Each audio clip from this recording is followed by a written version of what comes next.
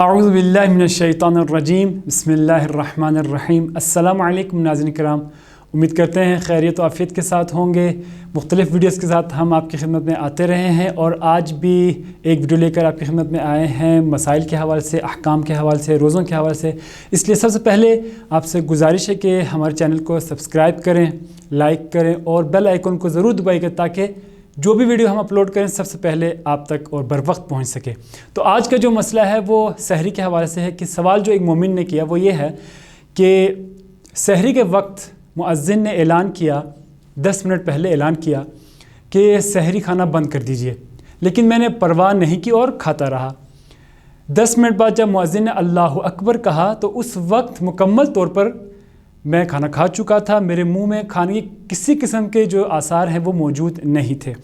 اب سوال یہ ہے کہ میرے روزے کا کیا حکم ہے اور ہمیں کب روزہ جو ہے وہ رکنا چاہیے، سحری جو ہے کھانا بند کرنا چاہیے۔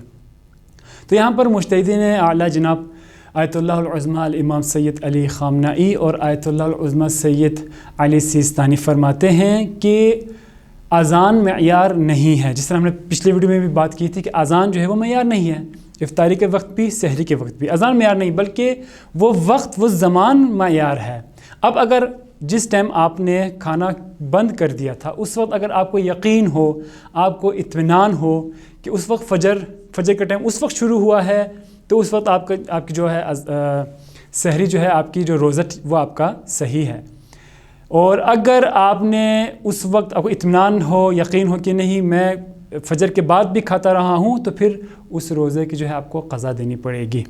امید کرتے ہیں کہ آپ نے آج کا ہمارا یہ جو مسئلہ ہے اس کو صحیح طرح سمجھا ہے اور پسند بھی کیا ہے۔ دوبارہ ایک اور ویڈیو کے ساتھ آپ کی خدمت میں حاضر ہوں گے، اس وقت تک کے لیے اجازت دیجیے گا۔ السلام علیکم ورحمۃ اللہ وبرکاتہ۔